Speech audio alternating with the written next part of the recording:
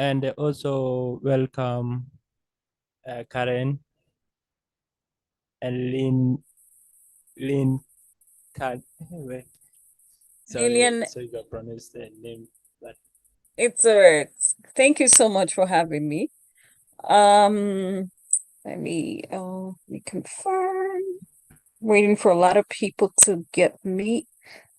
Do you have the what do you call it? The document. Let me send you the document on WhatsApp, yeah? So okay. that you are able to project it for me so that I'm able to read it so that we can just go Or through this together. maybe I give you the rights to share it.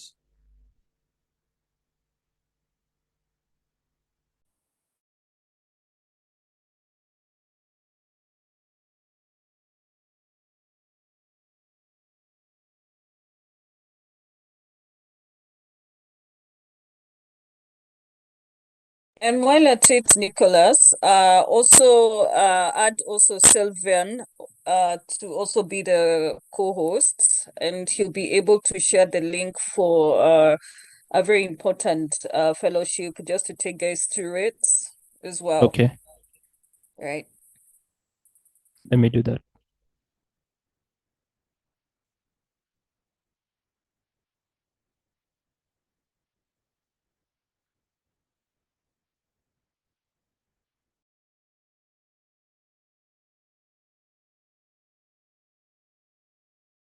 Hi, those who are here. I hope we are getting people to keep time to join.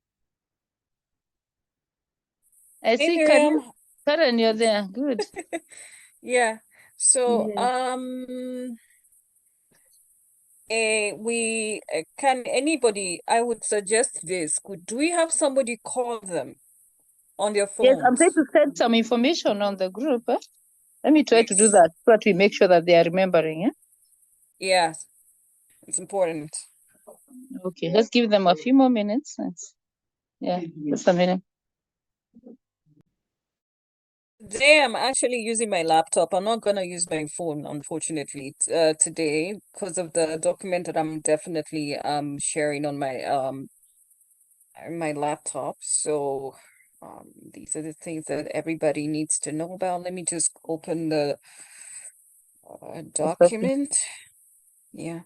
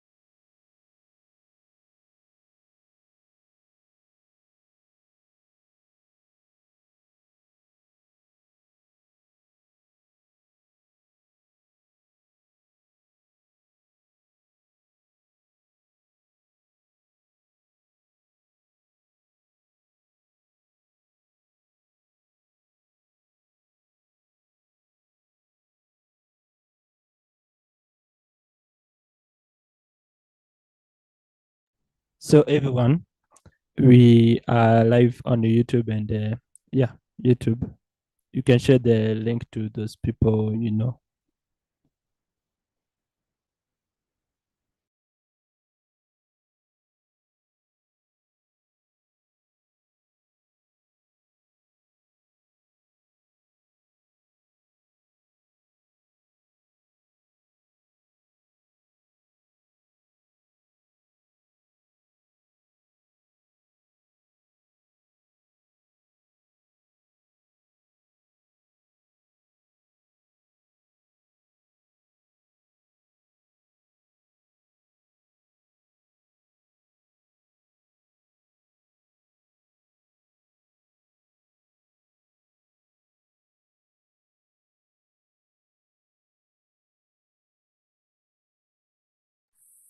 Could you share the link in the chat, please, so that those who are not able to join can just join on YouTube?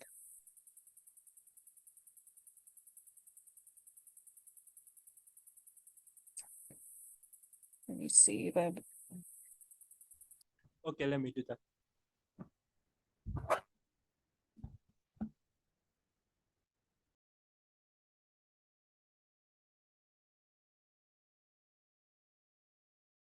And then, Sylvan, you can share the program that you had shared in the IDA forum. Could you please also share the link? Since you're now the co-host, you'll be able to share the just what the program is all about, so that at least every neurodivergent person is aware about that.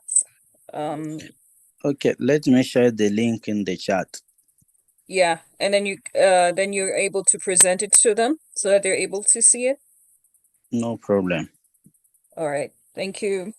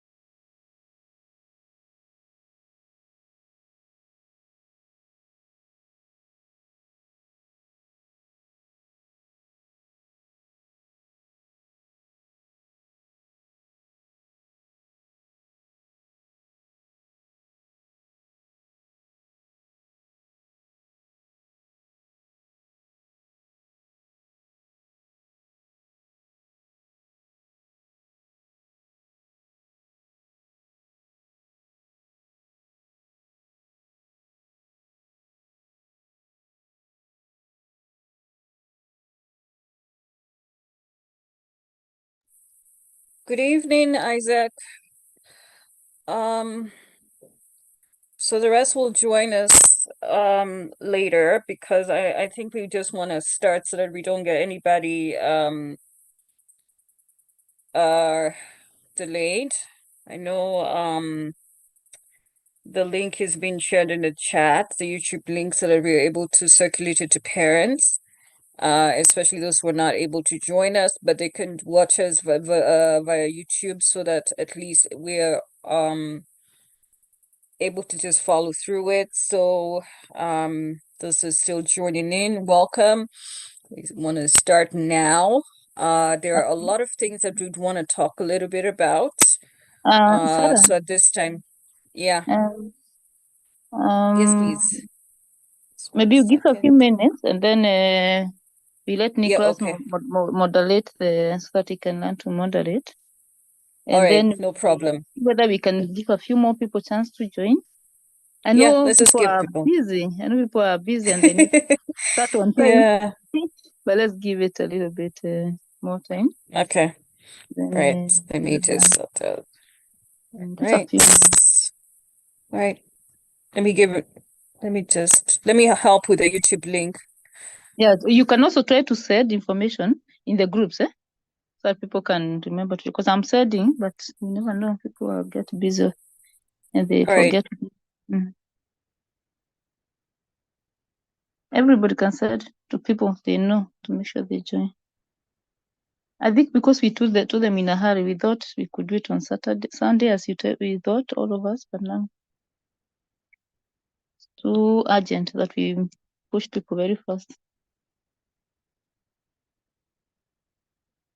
Oh yeah, Aris has said something, which is good. Let's see whether people join. Is Alice here?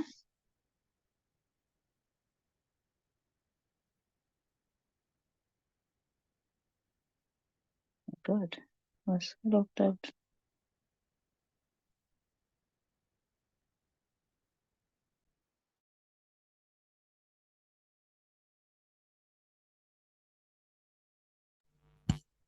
Welcome, everyone. I can see more people joining. Thank you for joining. Let's wait.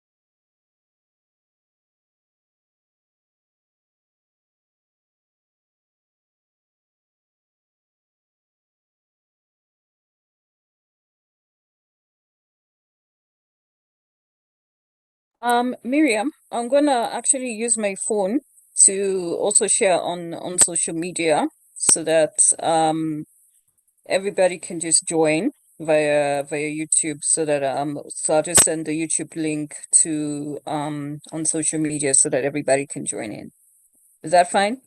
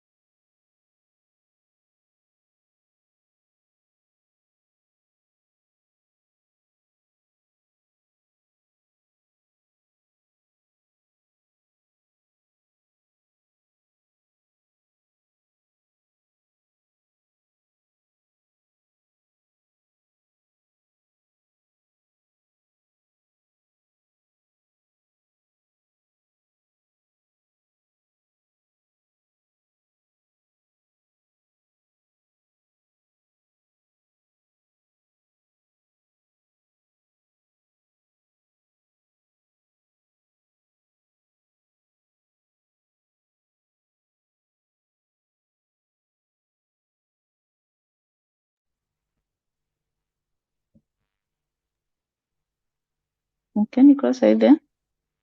Yes, I'm here. So I believe you can start now. So my name is Nicholas, and most of you do not know me. I'm the Neurodivergent Mr. Autism Kenya, and I'm organizing this meeting so the youth to understand this more opportunity, and Karen will tell us more about the link which she's shared in the group. Yes, and I will take over to my manager to introduce herself first.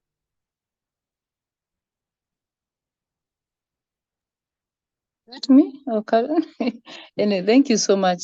Thank you all of you for giving Nicholas a chance to call you to come and explain to other youths the opportunities that you are aware of that he and us may not be aware of, and also teaching them part of learning. And when you teach one of them to do something and all of them to come on board, then we are very happy. So we are so grateful. We apologize because we keep sending links late. When this came up and I saw Alice and Karen and it's sending, and then we were like, okay, let's try and see if we can get you. But it was just this morning that we realized it couldn't be done tomorrow. So if they don't join, I think it's because of all this urgency, because I understand this application is coming to an end tomorrow. So first of all, I thank all of you for giving that honor to be able to explain to the youths, because those who join here will spread the word according to what you tell them, what you train them, what you highlight. So I think with that, we're going to have a multiplier effect and our youths will all benefit. So back to you, Nicholas. Thank you. I'm Miriam Kungu. And currently, actually, I'm joining from Belgium. I had come for a training here, but I'm so committed to seeing our youth to do well and having you people in this space of inclusion. I am also learning. I also learn a lot by listening. Thank you. So thank you so much, my manager. I want to. You have been seeing the poster going all over, so I want the Karen to introduce the the people who the opportunity, it was here in the chat, the IDA youth. Karen, are you there? Yes, I am available. Yes, I'm there. Sorry. So I will introduce the team that are going to be talking to us on the various fellowship programs that are available to all youth with disabilities. And our primary focus right now is the ensuring that neurodivergent youths get involved, because let me be honest, we are a very marginalized groups of persons with disabilities in Kenya. We have never been recognized, but finally we see that neurodiversity is being recognized, and we are seeing a lot of improvement in matters neurodiversity. So I will introduce my team and they will introduce themselves. I'm gonna start with Alice Mundia, who is the chair of Differently Talented Society of Kenya.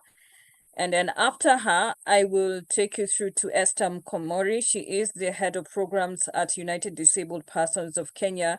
And then all the way from the Democratic Republic of Congo, and is also an International Disability Alliance Youth Fellow, Selvan Obedi, to introduce himself. So right about now, but I will introduce myself first. My name is Karen Muriuki. I am autistic and also a certified disability inclusion facilitator. And also I am the neurodiversity consultant working at Ubongo TV. Most of you know the cartoon show that appears on your screen. So I will not go through that much, but the most important thing is us being together. So at this chance, I'll give Alice Mundia to talk. Karibu. Thank you so much, Karen, and thank you, Nicholas. It's so good to see you guys taking charge and taking the lead in not just advocacy, but also self-advocacy, which is very, very important to all of us in the movement. So my name is Alice Mundia. I am the chairperson of Differently Talented Society of Kenya, as Karen has said. We know quite a number of opportunities are coming up for the youth. And these are opportunities that when young people understand, they can be able to take them up. And we are here also for guidance or whenever it's needed. And at the same time, when we get those opportunities, we share them with you guys so that you can be able to benefit from them. There are quite a number of opportunities that are coming up, and I know Madam Esther will talk to more on the weekend work program. So mine is to urge you as young people to be able to apply when these opportunities arise and come up.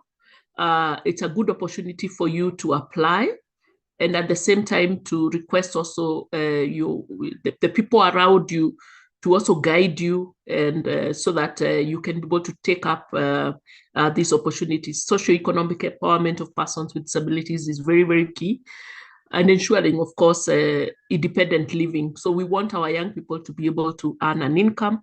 We want them to get into gainful employment.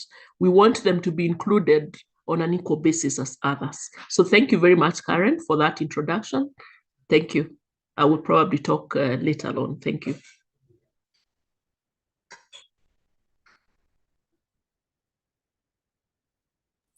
All right, thank you so much, Alice.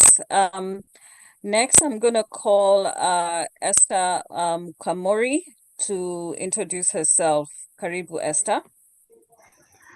Thank you very much, Karen. Please confirm that you can hear me. Yes, I can hear you very well. I can hear you.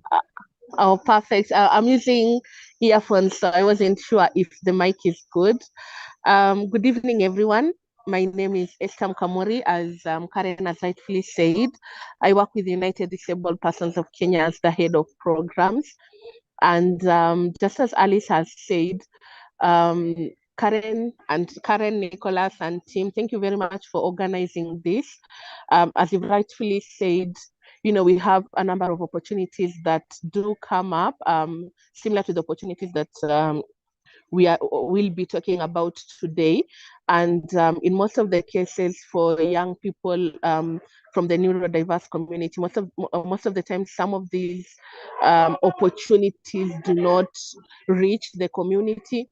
And so it's really great to see you, spearhead this initiative, for us to be here, to be able to share about this, clarify anything that needs clarification, and also offer that guidance. And as Alice has said, our goal is to have a very inclusive movement, ensuring that no one is being left behind, and especially our young people. So thank you very much for spearheading this and for creating this platform where we can come and have these one-on-one conversations. And yeah, we are here for guidance needed, support in, we have a lot of people that have gone through the opportunities that we'll be talking about here today. So also for the young people to know, you can reach out to specific people and get support even in the applications, that support and guidance. Yeah, so thank you very much for the opportunity, Karen and team, and I'm looking forward to our discussions. Thank you.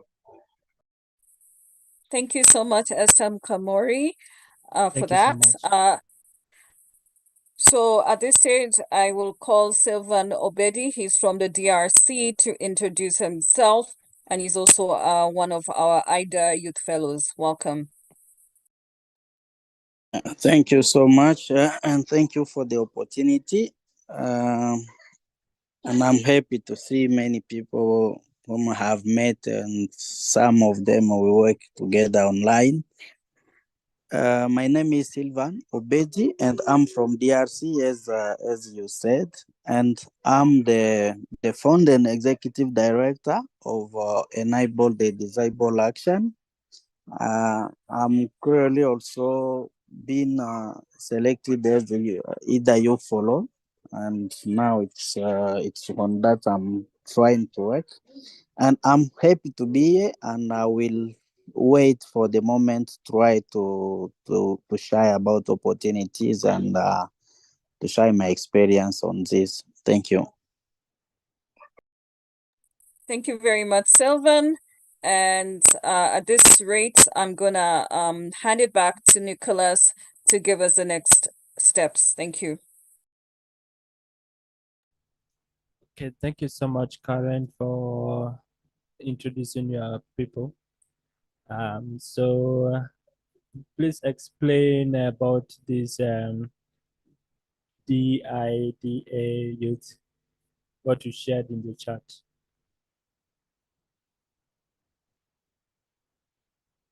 Hello, Karen?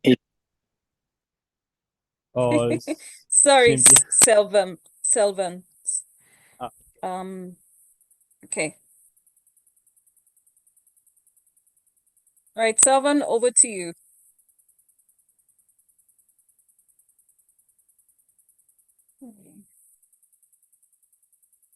Let me share my screen so that I can be able to.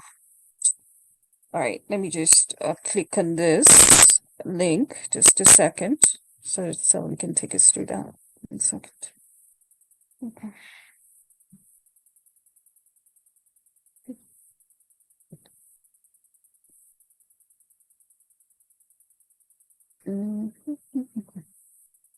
All right, let me share my screen, and I'm going to take you through the share. Okay, can you guys see what I have on my screen? Can you guys see me? Okay, yes, I can see it. All right, so Sylvan, over to you. Yeah, okay. Thank you so much, Karin, and I'm really going to be short. So the opportunity, as you are seeing here, it's UNICEF Leading Minds followership on climate, and so this is the program. Firstly, for young people who are under 25 old, and it's a followership of 6 months paid but it's part-time opportunities.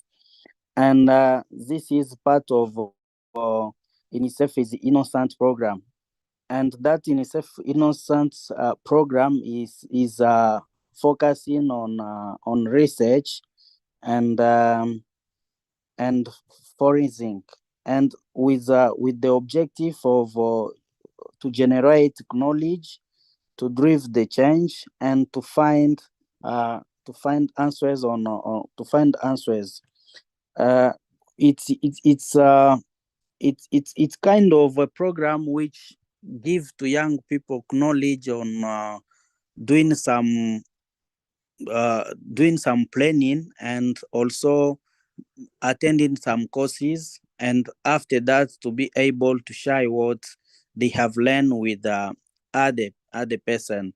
And practically it's really something like try to present the present, and to think about the problem in present, but to see how the problem have been resolved in the past, like 25 years before today. And now see today, look at all opportunity which we have, like technology innovation, and see the way on how we could use to resolve the problem. And that is that problem. It means it's really the program, the followership, which is there to give to young the opportunity to be part of the solution. I have attended some of the training of this program, and really it's a unique program because it gives much competence, critic uh, uh, pens on how you can try to see the present, the past, and the plan for the future. It's really a good followership program. And I think if in uh, our network here we have young who are really interested on climate action, it's really a very good program, which is a way for them to go and to start their career, even to international level, and to be part of those one who will be forming policies, and try to find problem solution to problem like climate change. I think it's a very good program. And as you may say, you may see here, it will so it's open again until 1st March. So the one who may want to apply can follow, and if there is any question and support, so I can reach out and I can give some advices and see how it can go. Thank you. All right, thank you so much, Sylvan. So I know we are very visual learners, and so you can see, can anybody see my screen that has the apply now? So if you're somewhere on your computer, and you can see the apply now button, you can click on the link, and it takes you to that it actually takes you to the application form. So I'm just going to click on it now. It just takes you through the process, and I know we want to be very accommodative. I don't want to spend a lot of time. So it goes to this page, as you can see, Leading Minds Youth Fellowship 2024. So you know the deadline is on the 1st of March. And then the goal is to empower young leaders not only to signify influence the future direction of UNICEF's works on climate action, but also the trajectory of their own lives. I'm not going to go through a lot of info because it's already there. Now, here, you need to have your name, your email address, that is your Gmail. So you need to enter your Gmail account. And once you've done that, I hope everybody is applying. It doesn't look as though I'm just talking to myself. Karen, Karen, Yeah, I think that yeah. might be a bit confusing to the young people because there are two programs we are talking about here. Okay. There was the Yeah, program that we had. the DIF. Yes, Yeah. are we talking about that or this a different one we are discussing right now? This is the one, this is the UNICEF one for climate Oh, so I change. I'm just, think, yes, I think yeah, they're this is totally, this is a different one, which is a good one. But okay. there's Yeah, this one. Maybe it's good to tell them one by one that there's this one, then there is this one, then there is this one, so yeah. they don't get confused All or we right. don't lose them. Yeah. Okay, so I'm going to share the one for the DIF. So this is the one for the climate change. So this is the application for the climate change program, youth fellowship program. And the target is 15 to 25 years, and the deadline is Friday, the 1st of March. So the next thing I'm going to talk about, that is now myself. I'm going to take you through the now we're going to talk about the DIF training, which is now one of the things that you want to talk about now. Okay, let me share my screen. Just give me a few minutes. Give me reasonable accommodation. Okay. Yeah. Yeah, let me click on this. Okay. So this is for call for disability inclusion facilitators application. So the first one that was initially there was for the UNICEF climate change application. That will be, the deadline is the 1st of March. Now this is the one that we're going to be talking about. This is for the youth disability inclusion facilitators workshop. So so that I don't want to confuse you, this is what we're going to be talking about now. This is the one that we're talking about, so that I don't confuse any one of you. So this is how the Excuse, application. Yes, Nicholas. please share Yeah, the link in the chat. I'm going to share now. Let me just share the link in the chat so that at least I don't confuse anybody. Okay. Okay, here it is. I hope you guys can see in the chat, those who are able to see in the chat. So that's the link there. Okay. So this is the one that we're going to talk about. So this program is run by the Light for the World, and UDPK is the consortium partners that is also as what Esther had talked a little bit about. Okay. So as partners in the We Can Work program, they are looking to work with young persons with disabilities within the countries of operation. If you are a young adult with a disability, possesses at least a college level education, have proficiency in English or sign language, have experience working with persons with disabilities, organizations of persons with disabilities, and conducting disability awareness from a right-based approach, you can join Light for the World as a disability inclusion facilitator. Whether you are already residing in Nairobi and Makueni or its environs or willing to relocate, your participation to the creation of a more inclusive society that enables individuals with disabilities to thrive in the workplace. To apply for the position of disability inclusion facilitators, please complete the application form for accuracy and comprehensivity.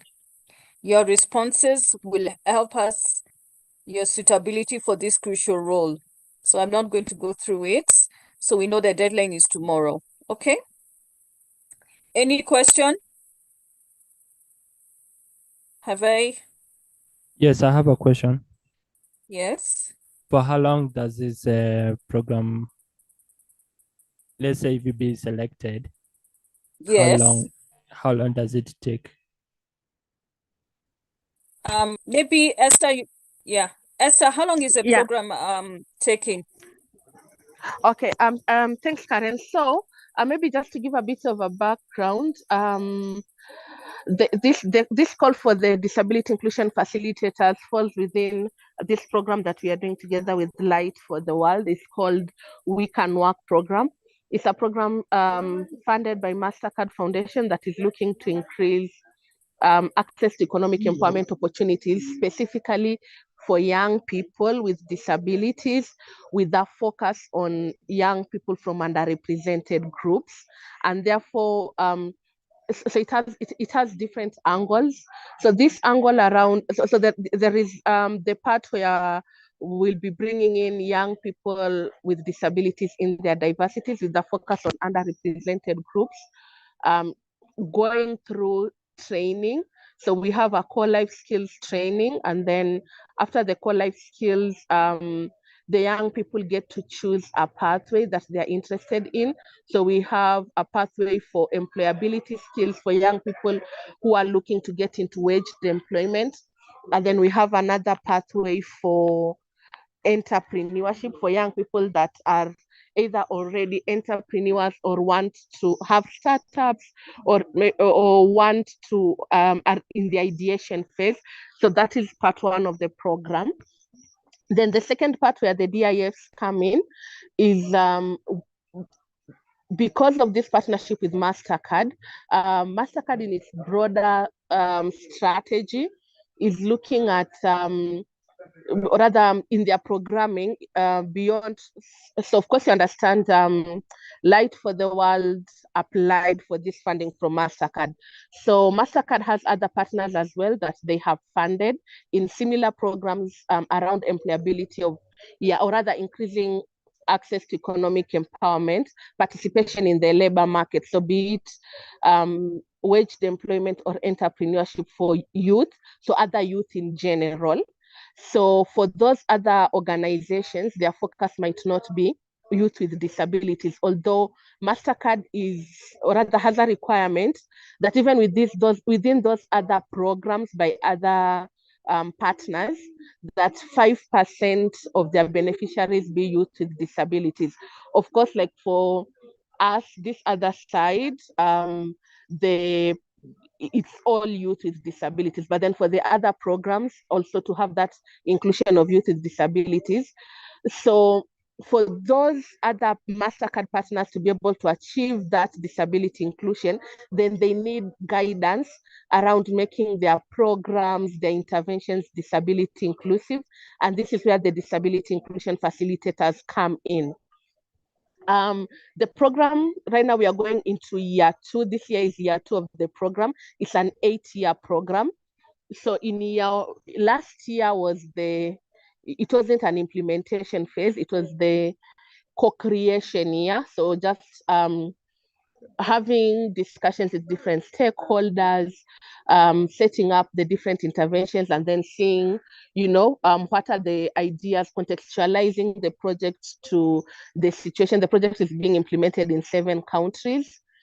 And then apart from during that, the co-creation phase last year, we had 6, we're calling them core disability inclusion facilitators that were supporting that phase. So the 6 are the people that had already been trained as disability inclusion facilitators from the other programs.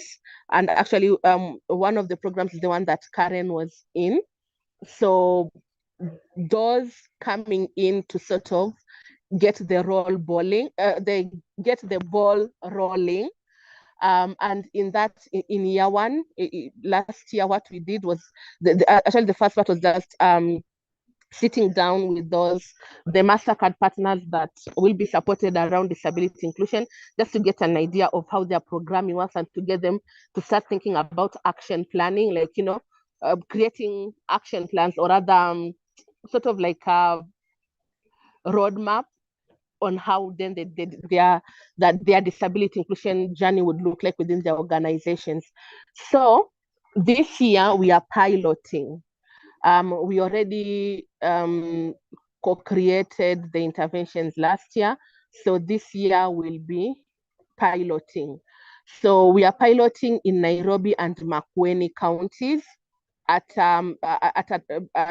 rather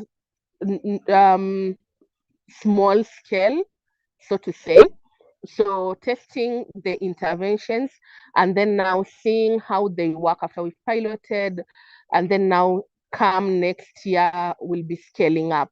So in this pilot phase, we then need to increase the number of DIFs because we'll be starting off the disability inclusion journeys with a number of partners, not all of them, a few of them. So we've already selected the ones that we begin with to pilot. So for that, then we are recruiting DIFs who will then work together with the 6 from last year to now begin the support for the MasterCard partners. And that is why you see that this call is looking at Nairobi, and then it's looking at Nairobi, the broader Nairobi. So someone could be Kiambu, Kajiado, around, Nairobi and the environs. But because then the MasterCard partners that we'll be working with will be based around here, and then in Makueni again, because then the other interventions are within Makueni. So that is why there is that focus. Focus on young people,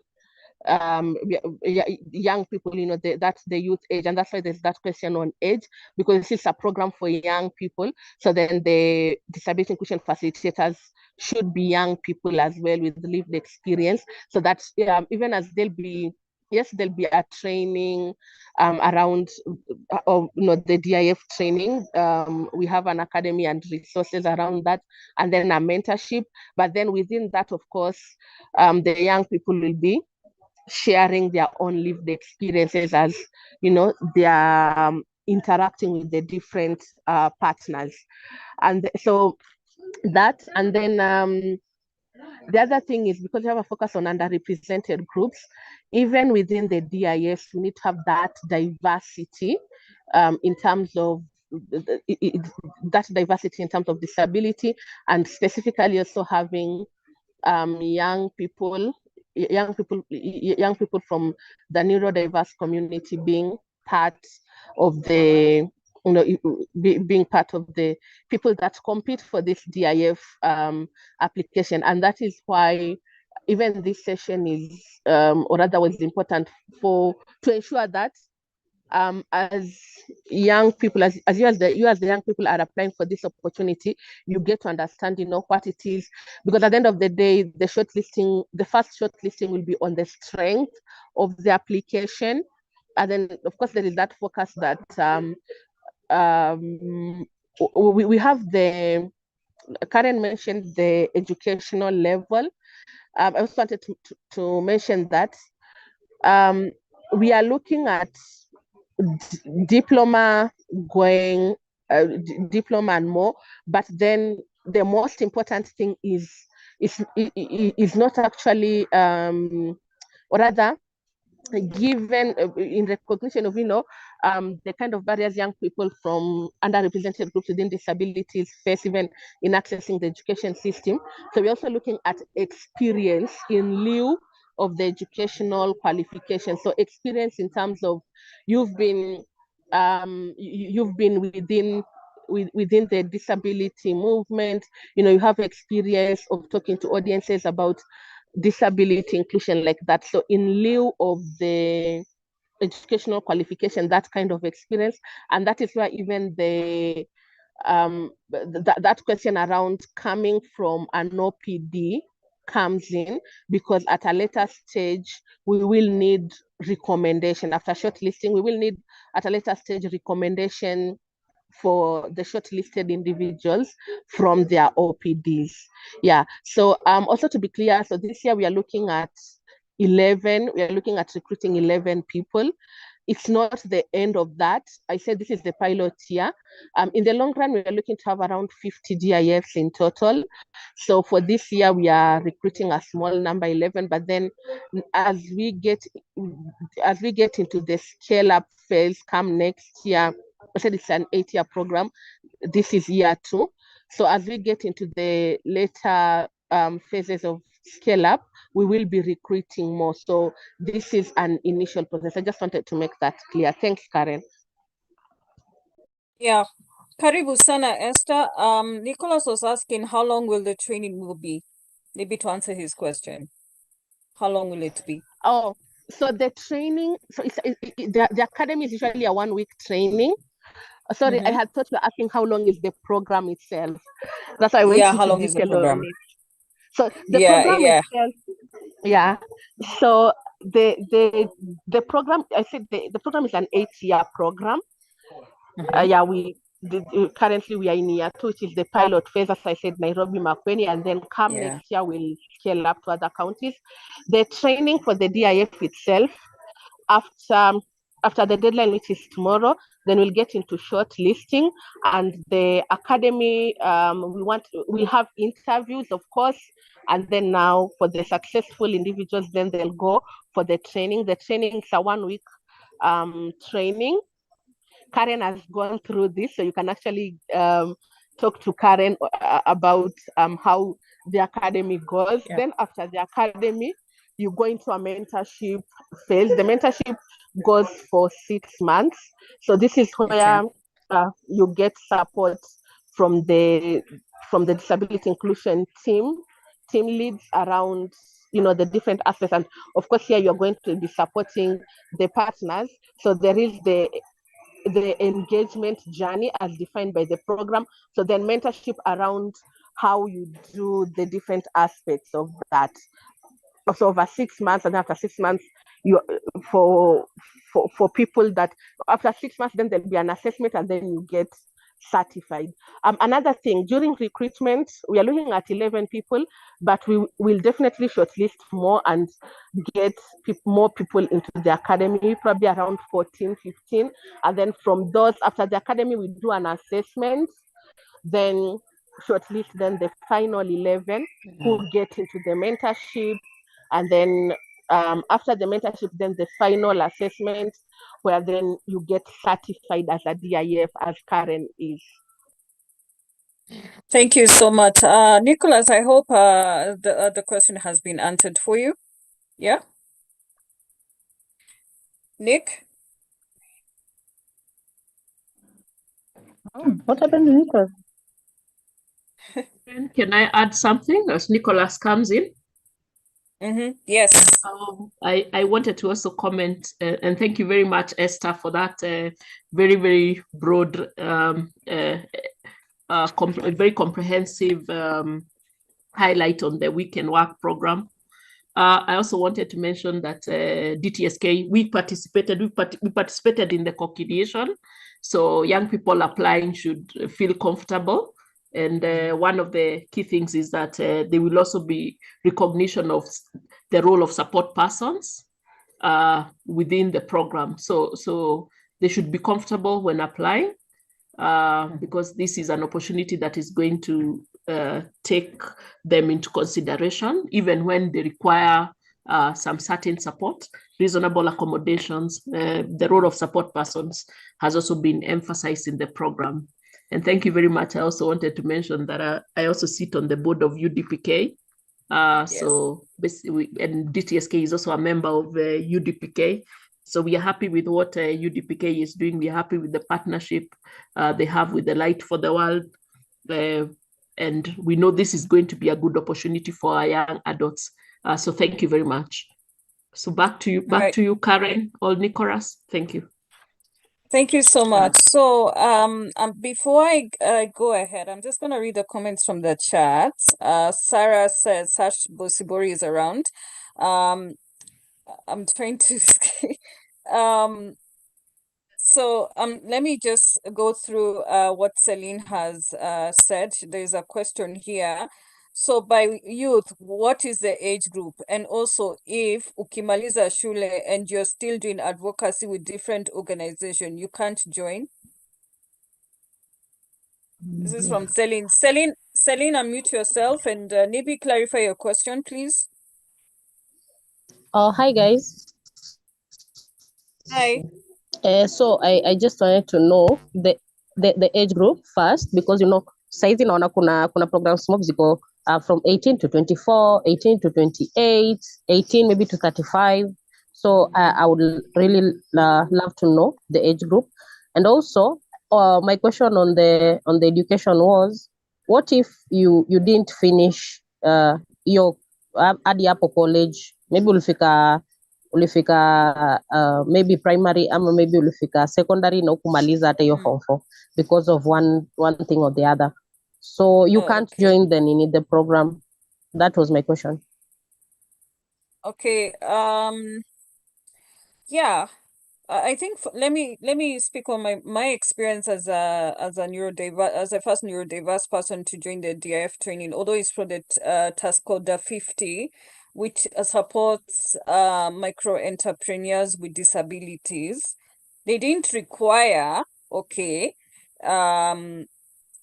yani mtu mmaliza, yani mtu anafanya tu shule, kitu ka hizo. The best option I think kwako, like tuseme kama mtoto wako amefanya advocacy na ameshafanya shuleni na ameshafanya experience ya advocacy from their lived experiences, hiyo ni sawa. And then for the age group for this particular training is 18 years to 35, 18 years and above to 35 years of age, not below. Watoto below 18 hawaruhusi kuingia hiyo training. Maybe the other one, ile Sylvan aliwaelezea, it's from 15 to 25. Hiyo ya UNICEF. Okay, thank you. I just wanted to know that because kuna youth mwenye maybe amefika 35 or maybe ako 36, so pia yeye hawezi join kwa sababu amepita age. How old is your child? If your child My is child? yeah. But I'm the one with disability, Karen. You don't remember me? Oh yes. Yeah. Sawa. Haya. Sawa. Yeah. Karen, Yes. I have a question. Okay. Yes, Nicholas. Let me get my notes. Give me a minute. Okay. As you do that, Oh yeah, here it is. I was saying about it. What about the dyslexia? The even dyslexia they can join. Even those who are dyslexic, they can also still join. Even dyslexic young people like yourself can also join the training. okay. Yes. And there's another question in the comments in the YouTube. Mm-hmm. Will mental Yes. health be included under the category of intellectual disability as a form of disability in this year? Somebody just asked that. Menstrual health. Yes. Wow, interesting question. Okay. Esther, is that part of the the youth DIF training? Okay, I don't know. Is the question on menstrual health or mental health? Sorry, I didn't hear clearly if it's menstrual or mental. Oh, and then the other thing I wanted to specify on age, particularly for this application of DIF, it's 18 to 35. And then on the issue on the education, as I said, it's about experience in lieu of education. Yeah, so in the application, even if you don't have a diploma, then the experience, because there are those essay questions, so your experience then comes in. So the education is not like what's it called, like a hard line. Yeah. Okay. Thanks, Esther. Nicholas, was it mental or menstrual? Mental. It is mental. Mental. Mental Mental. health. Oh, thank you. Mm. So mental health is part of that. Mental health is part of it. It's part of disability, a part of intellectual disability. Okay, Jacinta. Jacinta, unmute yourself. And then from there, Sash, do you have any comments on this, please? Yeah. Jacinta? Yes, my name is currently my name. Hi. Hi. Was Jacinta. I was asking, what is the program all about? Then, I'm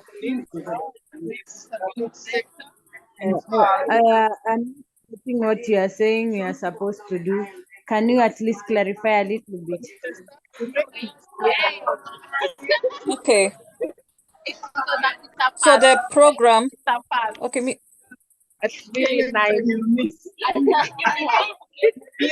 Okay, someone please mute. Okay, so the program, Jacinta, is about as what Esther Kamori has stated. I know it's something that is quite new. This particular program that Light for the World is having, they have partnered with MasterCard Foundation to give youths with disabilities ages 18 to 35 years a chance to do a lot of advocacy in inclusive employment. I'm just explaining it in a very layman language so that I'm just explaining it in a more basic language. It's just a training program for young people with disabilities who have lived experiences to focus on advocacy in inclusive employment. Yeah. Maybe someone else can clarify for Jacinta. And then from there, I can see Gladwell also has a question. And then after that, Sash.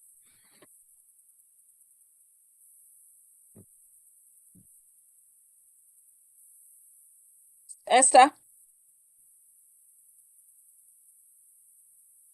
Any? Okay. Can see. Yes.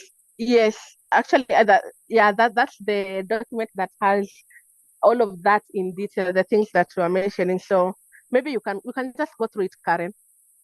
Yeah. Okay. For the sake of Jacinta, can you see my screen? So these are the roles and the selection criteria.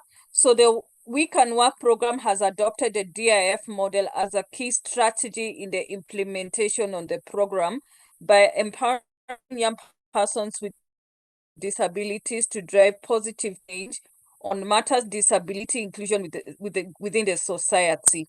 As a result, the DIF will be supporting the pillar 2 of the program, which involves mainstreaming disability within the Young African Work Partners, who are strategic partners of the MasterCard Foundation. So in layman language, let me be very layman and basic here.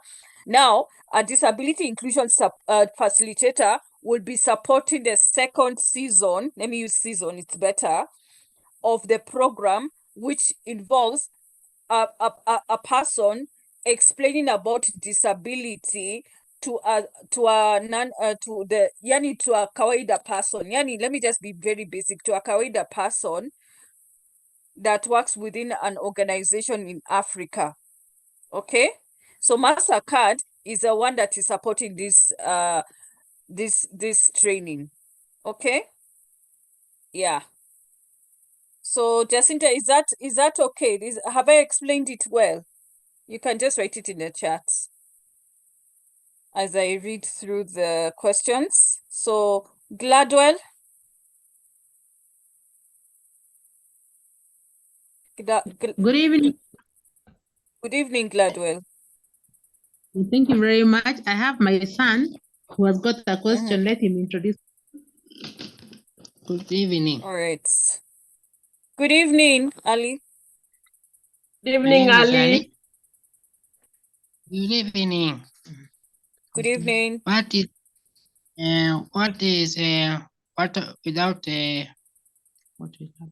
happened with people with autism cannot happen themselves?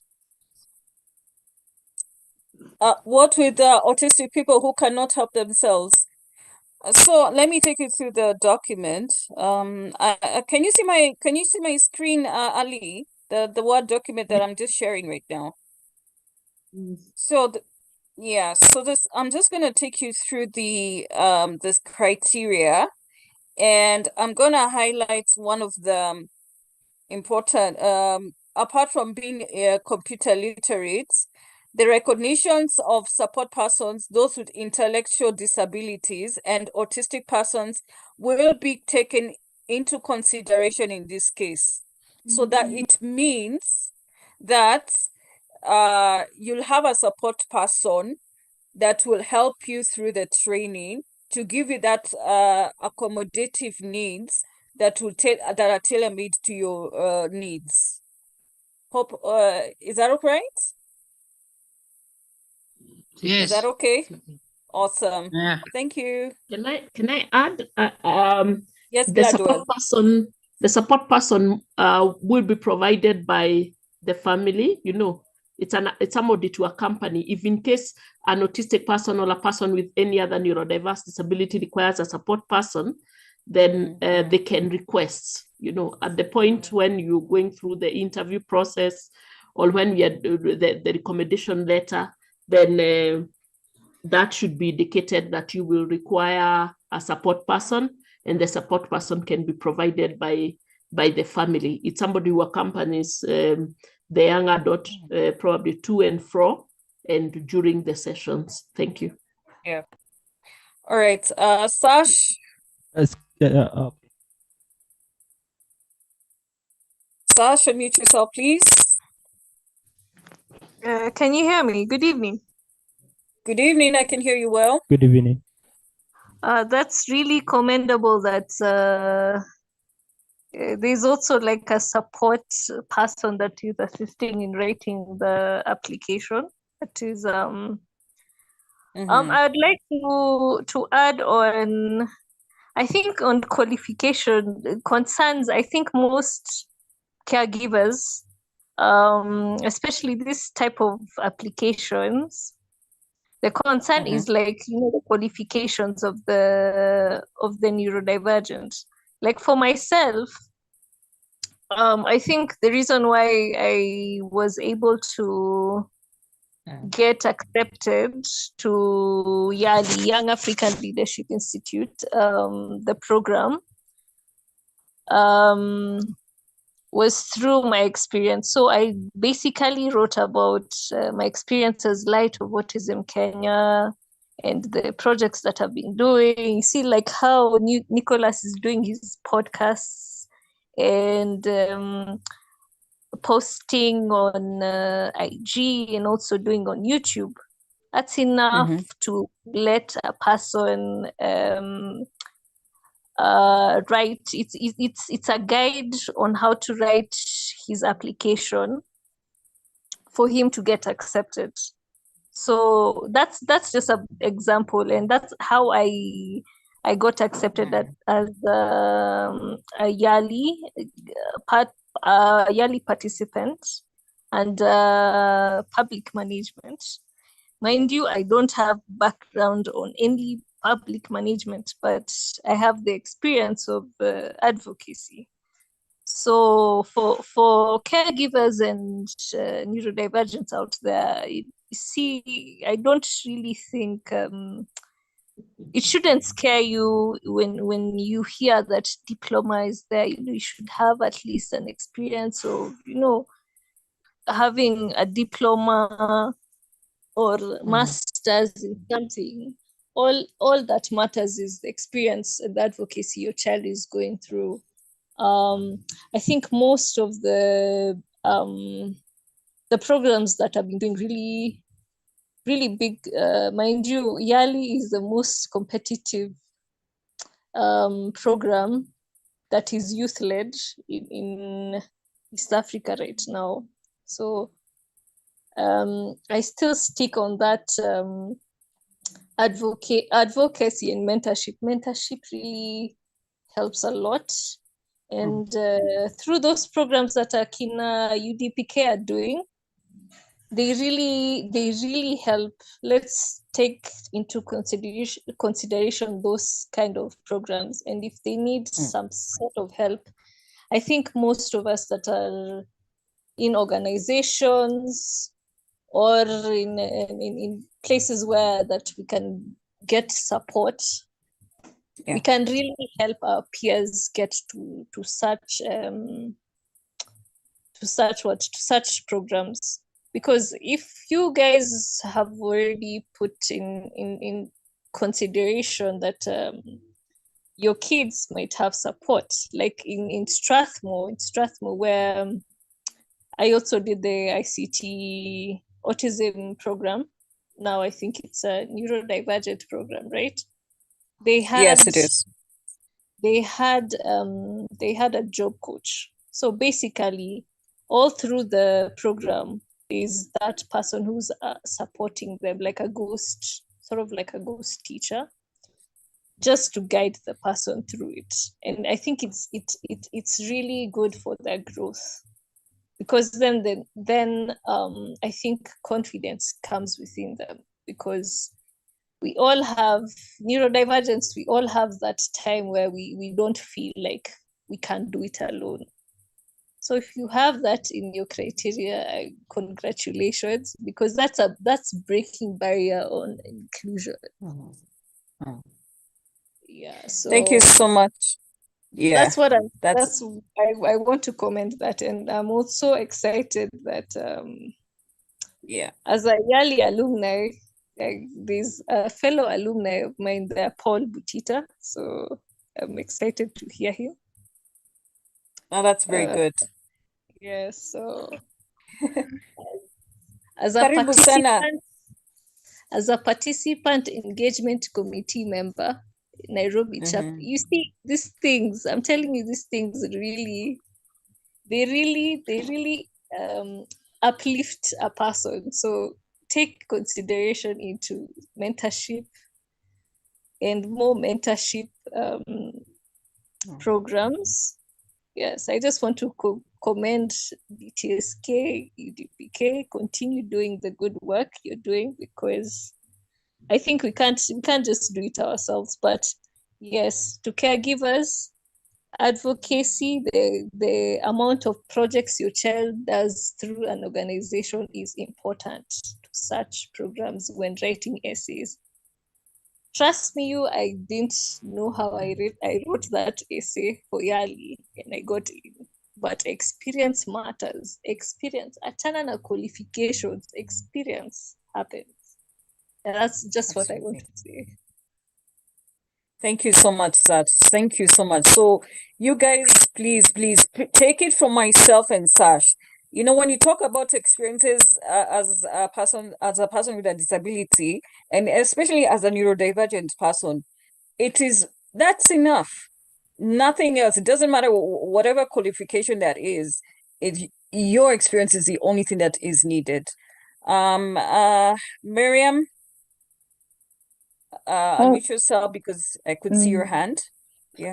When I put my hand on, my question had not been answered, but as we continued, I heard, I think it was answered because I think Alice talked about accommodations and having someone to support the neurodivergent. Maybe, of course, training applications. But also what I realize is that most of us caregivers, we're also not very vast with the information, and that's why we are happy to be here. Even if we are putting down for our youths, we are not very sure that what we are putting is what is supposed to be, because we're also not in that space.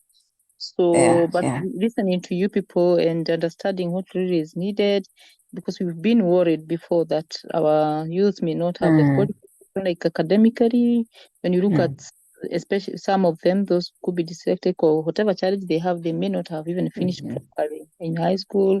They have a few exams they have done, but they're in college, doing a few things here and there. So that was a bit difficult, and sometimes we are not sure whether we are writing. We are putting it down. We are giving justice for them because we are doing for them, but we're also not very fast with information. But I think listening to all of you, we feel like we hope our youth can get something really.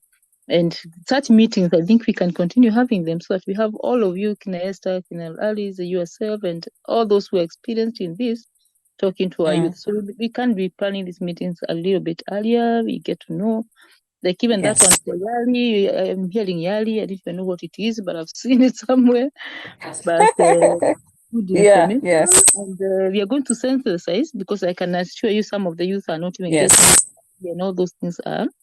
So we're going to break it down to them. Have you mentor them, pick them as you've done always. Thank you to those of you who've done that, so that we can see whether they can get something at least to hold on to. So yeah, that's my comment. And thank you very much. Yeah, I think now that you have mentioned Gianni, I can see Paul Butita. Before I get there, I just want to see if there is anything. Can I comment, Karen? I wanted to assure my fellow caregiver Miriam that definitely our young autistic adults will be, and all adults with neurodiverse disabilities will be part of this program. They will get to that point. They will go for the interviews, and they will, of course, get to the point of becoming disability inclusive facilitators, the DIFs. Yes. Even if we get just a few of them, we will appreciate. Yes. They keep but we coming look on forward board. to all the opportunities so that people keep applying, all the diverse opportunities that are there, so that we get our youth to be in various spaces within the areas of interest. Because of course, not everybody has an interest in advocacy. Not everybody has an interest in becoming a DIF, but we acknowledge many of our youth, of course, are talented within other areas. Interest in various things. So we support them wherever we can. Thank you. Thank you, Oliver. Thank you so much. I have seen a comment from Gladwell. I'm going to answer that question. She says, I applied for Ali, but the document only gives an option to save. Is it the end of the application? Yes, it is. It is the end of the application. It is. It's the same thing with me when I applied for 250. It just gives you an option to save, and once you save it, it just automatically means that you've just submitted your document, your application. Okay. And then Sash said mentorship goes a long way. Let me pan my screen. Thank you, Jane Rose Nyamu. Your English is really good. You sound as if you're trained. Thank you so much, Jane Rose, for that. Thank you. So I think we'll go ahead to Yali. I know a lot of you guys have been asking what Yali is, like what is it? So I think at this time I'm gonna ask Paul Butita to take us through, and also Sash, we need you as well. Just for your experience, how is it? And yeah, I think that'll be all. If there's any questions regarding about this, please let me know in the chat. If you have any comments, if you have any questions or anything I have not touched a little bit upon, please let me know in the chat. So Nicholas, I hand it back to you.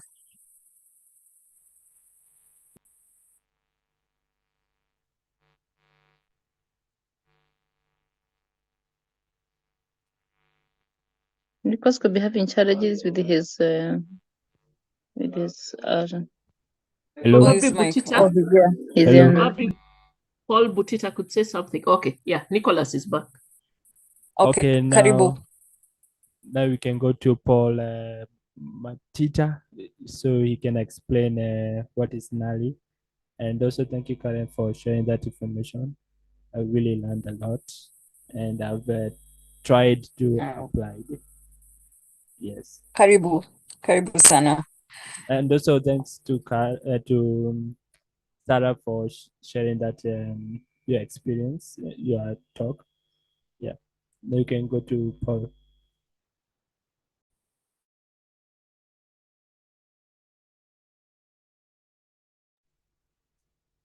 Hello, Paul.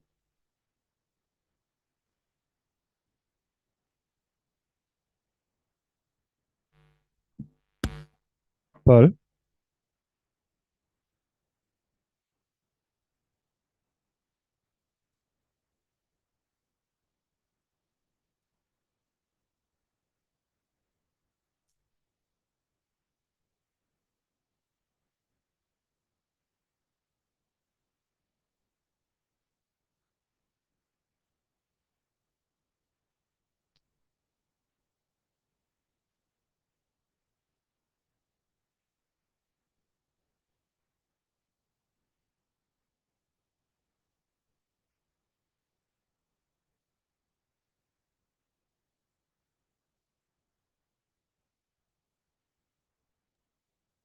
It looks like Paul Butita is not there. Well, Maybe you call on his phone if he's somewhere. Or there's someone working on we can see a screen. Or it's not him. It is Karen.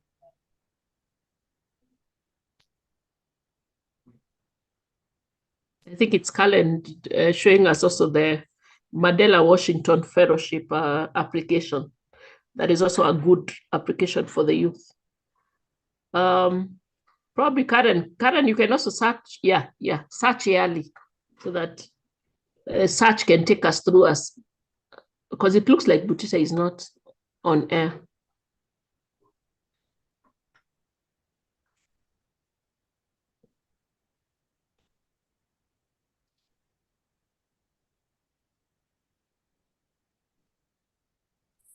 Y'all can see my screen. Yes, we can. Yes. Okay. Awesome. So I think Sash just take us through on behalf of Butita, because I don't know. You can just take us through that. I saw Butita. He uses Meshach. I think he's also Meshach on Twitter, if I'm not sure. Meshach. I think these are different Meshach. This Meshach Sisenda. Oh, that's a different. Okay. Yeah. Yes. Okay, so I'm going to talk about YALI. YALI is Young African Leadership Institute. Now they have a program, and it was started by immediately when Obama finished his time. When he came back to Africa, he just decided to bring or start a foundation that is for the youth. For the youth that are interested in leadership, from 3 tracks. There's public management, there's civic something, I think civic and business. So I applied for public management. Public management because I think under public management is basically public participation, and I felt like PWDs actually, they had a poster where they encouraged a lot of PWDs to come along. So YALI has so many branches, I think, but we have like the East African one. So there's the Sudan, there's the Sudan chapter, there's Rwanda, there's Burundi, there's Somali, there's Ethiopia. So many countries that in East Africa are involved. And I was one of the first PWDs, neurodivergents, to be accepted in YALI. So they take you through a really intense, I think 3, because mine was online. There's normally a physical training, and there's online training. So it was still COVID period, and I was doing the online, which took me, I think, 3 months. The program goes for 3 months. They take you through basically so many leadership led yeah, as Alice is writing on the chat books, there's business and entrepreneurship, civic leadership, and public management. So mine was like it's a 4-week forum. So each the schedule or the learning program they have takes you in every stage of leadership. So they give you like assignments to do on several type, depending on the track that you're in. And mind you, me, I have no background in public management. It was my first time. In fact, I think I learned a bit about project management through this program. And the thing about them, they're inclusive enough. For me, I would understand a few things here and there, but I think probably what we can do right now is probably make it more inclusive for more PWDs, like more neurodivergents like myself to enter such a program, because it really helps. Through it, actually, I've learned so many things. I've actually interacted with people outside of the country as well, from Ethiopia, from Sudan, and you don't have, like, later on, yes, you do your assignments, the ones you're assigned to, and then there's also more group projects that I think are very inclusive for us, because we can't really do things alone. And I think they realize that not all of us have the capacity to do certain things. So you do your group works, and then after that, the experience was amazing. It was really amazing. It was a bit intense. I needed a bit of help in certain things, but a few people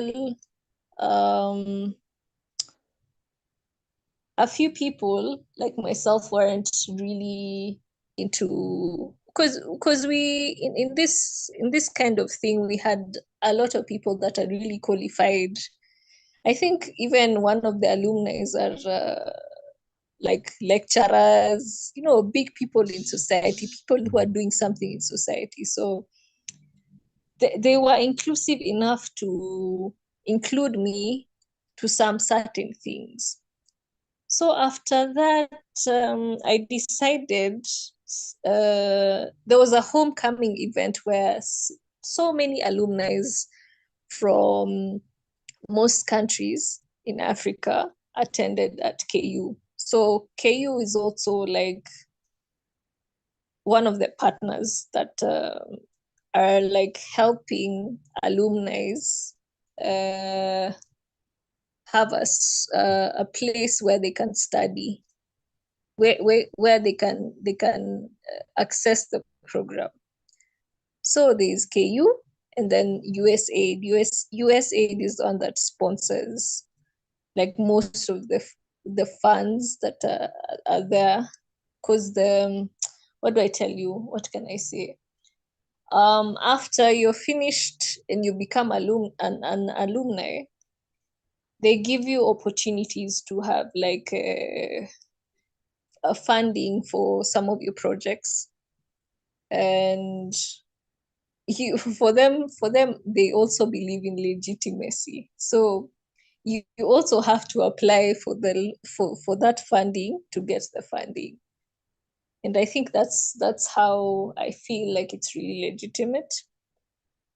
So after the time I went there, there was a homecoming, like I said, where I met several people.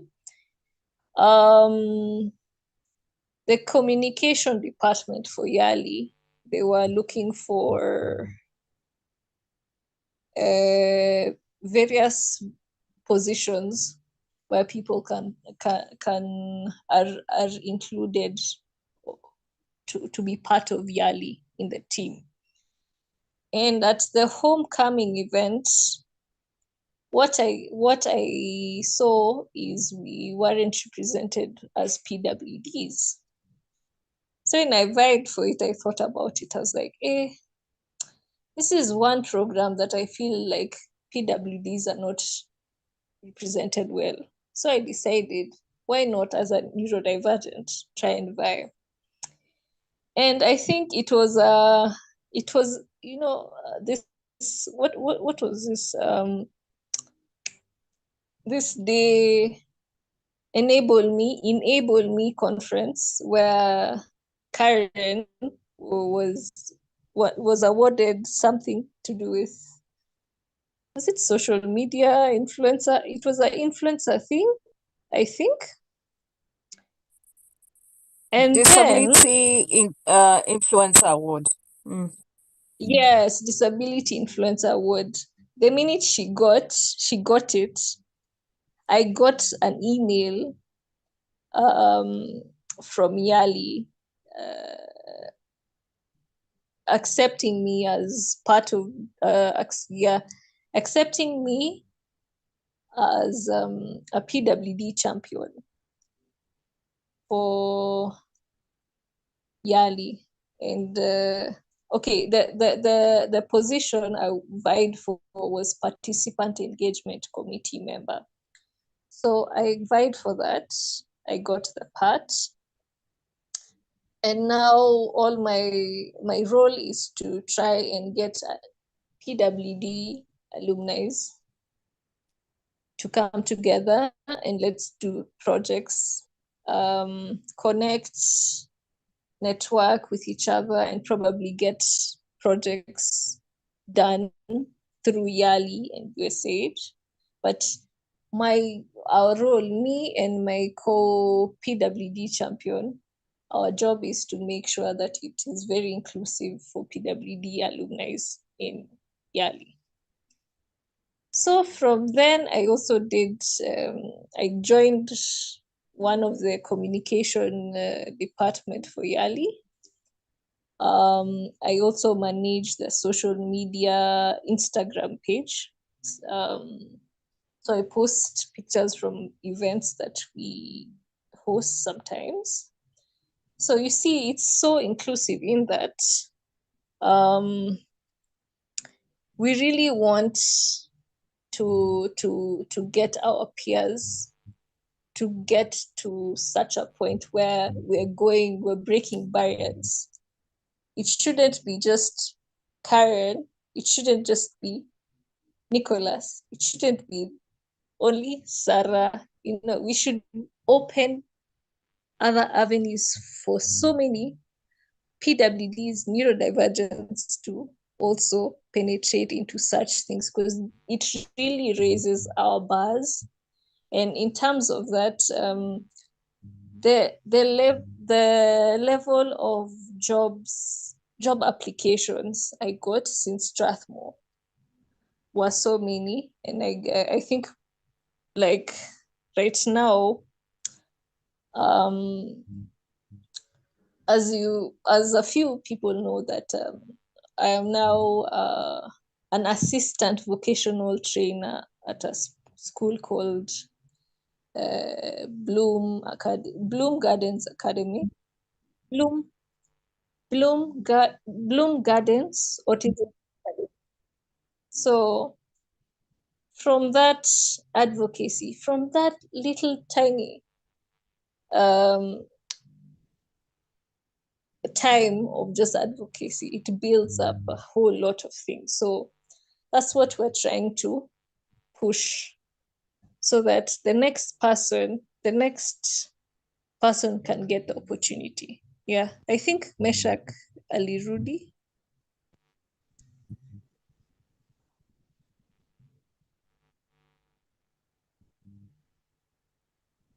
So yeah, that's basically about Yali. It's really, and just today, we got to celebrate the newest cohorts, which was 43 and 54. So we held a party, and I was part of the, I was part of the program, basically. I was introducing them and welcoming them to the community. So that's basically what YALI is. It's just uplifting leadership skills of the youth in Africa. Wow. No matter what community you come from. That's really interesting. Hello. Hello. Yeah, this is Mesha. Hello, Nicholas. Wow, that is super awesome. That is super, super awesome. We need to have more youth in those spaces. Wow, Yes. we need to have more youth with neurodiverse disabilities in all those spaces. And you and Karen, and of course others are pace setters. We need many, many more. And I can see Nicholas is also doing very well.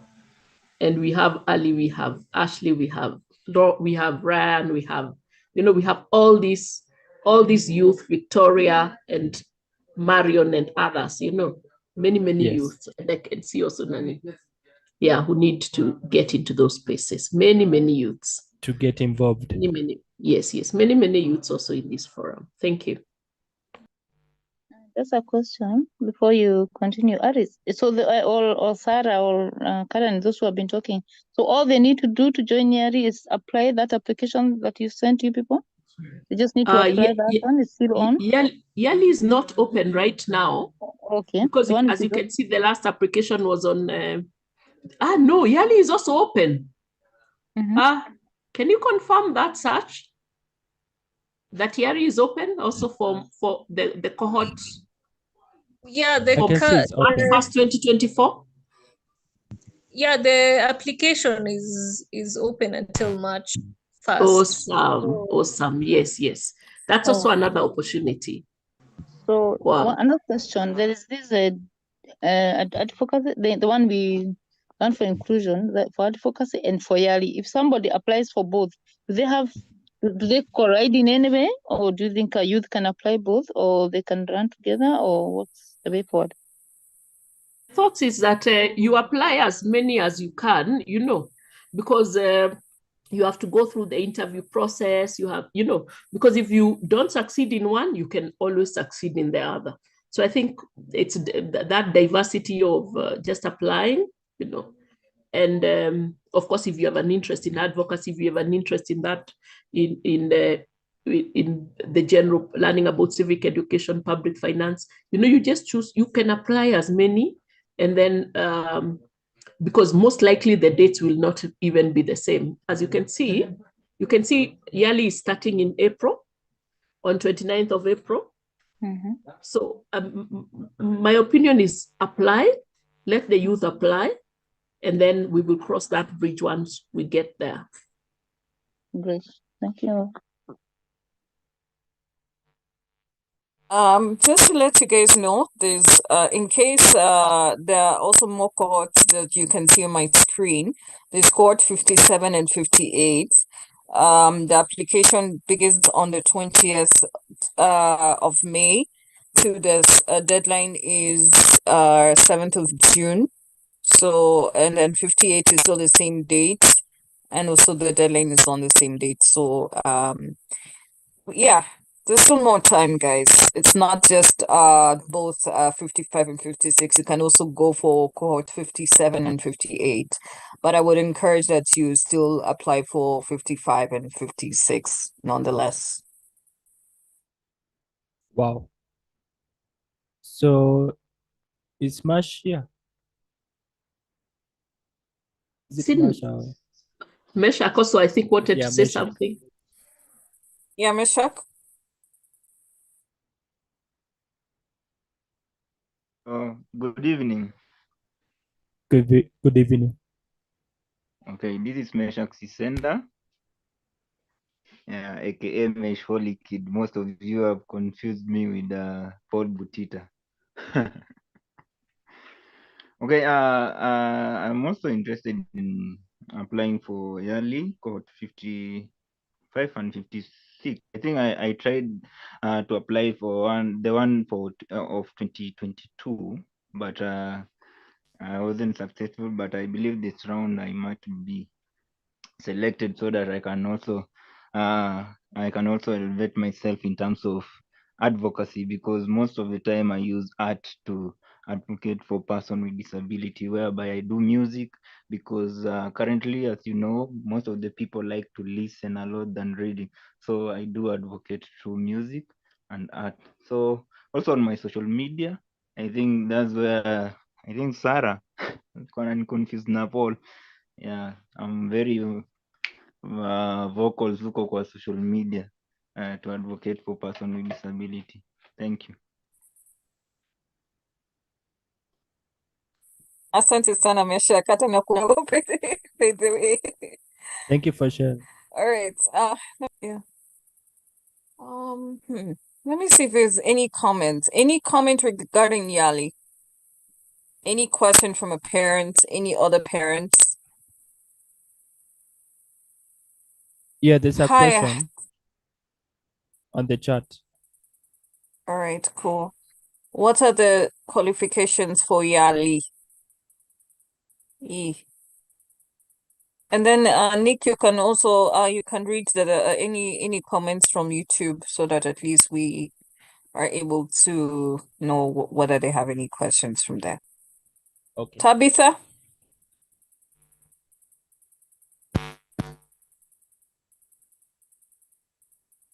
Tabby? Sash, are there any qualifications for Yali? Mama Nicole is asking about this. Yes. The qualifications is okay, it's a quite like I said, it's a very competitive application. But the qualifications, I even myself, like I didn't have the experience of writing the essay, but I basically poured my heart out in terms of advocacy. So when I typed, like literally talked about my experiences, light of autism, the programs that I've been through, what basically motivated me to want to join that track.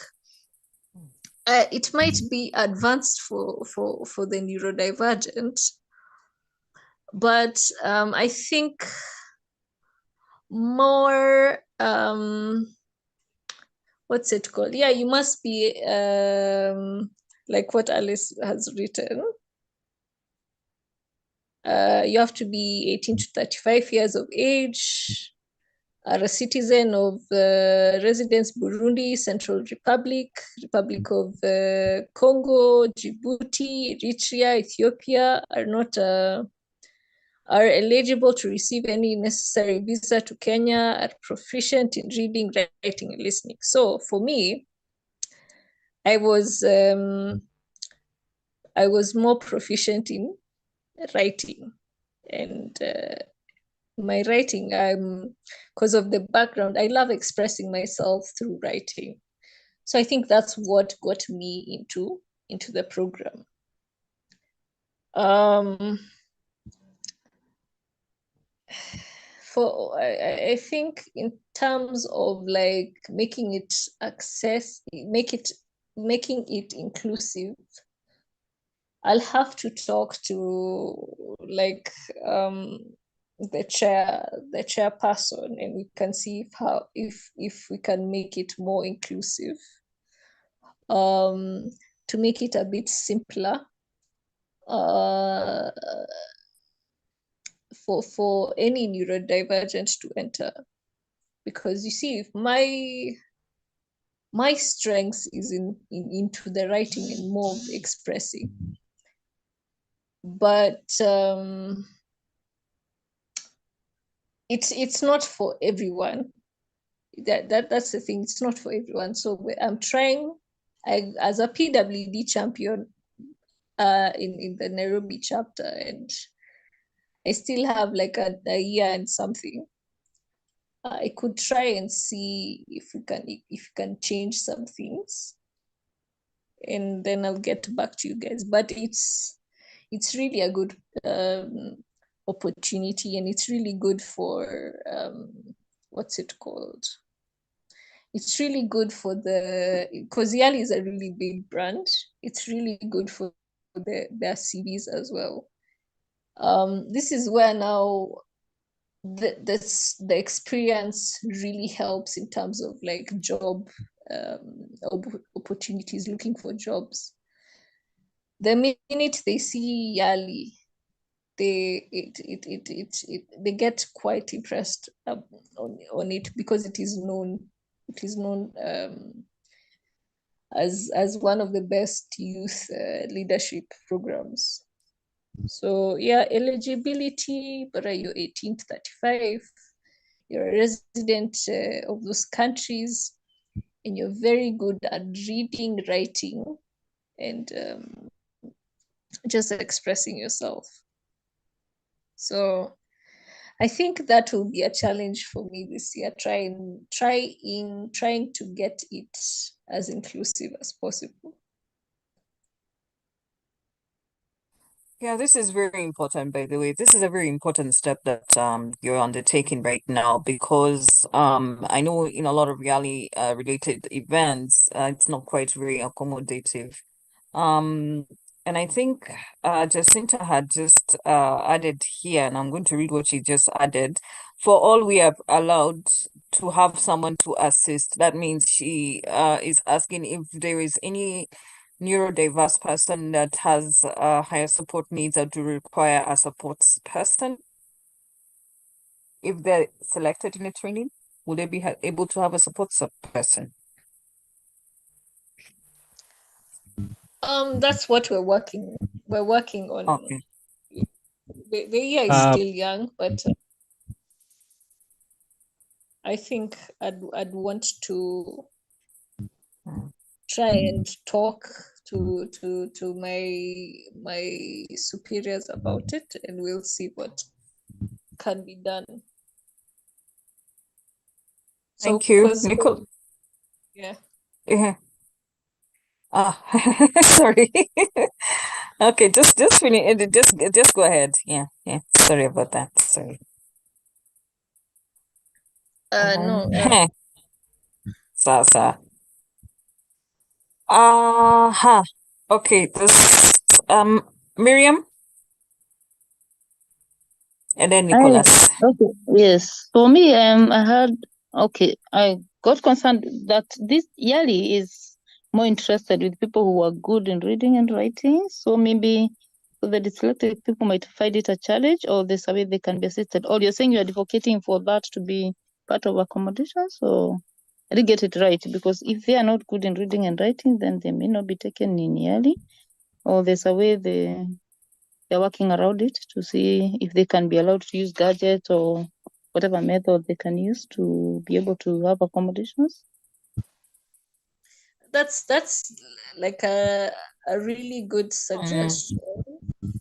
So what I can do is, I think after this meeting, you guys can share like whatever is needed for a dyslexic individual, so that at least I see I see if I can talk to my fellow PWD champion, and then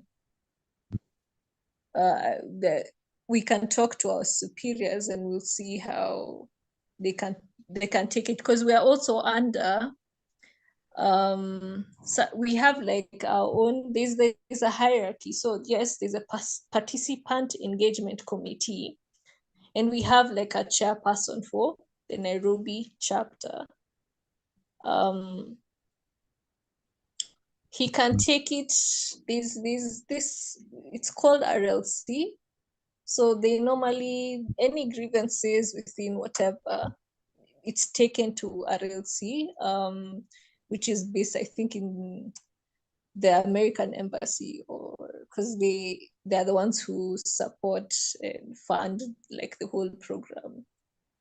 We see how inclusion can be pushed in such a way where it can be done. So yeah, Esther Makamori has risen her hand up. I didn't know that you guys tried to collaborate. If we could have like another time of collaboration, it would be fine. Yeah, this is very commendable, by the way. That one is 100% needed and required, and it should be a mandatory process. Yeah.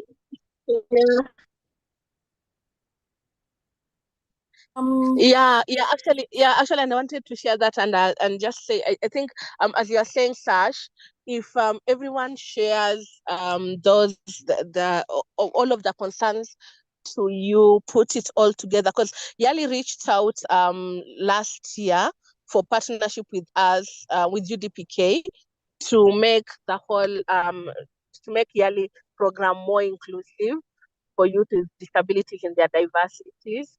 And even they had something last year where our CEO actually participated, and even when for the call for this, for the call, they shared it that right there is an opportunity, because that brings us right to the table, and then with you, Sash, there as a champion, we can, I think we can use that to request a sitting and have those discussions about, I think probably even if possibly before when the call ends, because now guys are applying, so when they're coming in, there are those concerns around how inclusive the program will be. So we could ask for a sitting to discuss, to have a discussion on those concerns. I think we can use that as an opportunity. Wow. Thank you so much, everyone. We might end at 9:30. Yeah. So you have so many things to talk about, more inclusion. But I have a question from what my manager said. If it is possible that neurodivergent to have opportunity like jobs or something in some organizations.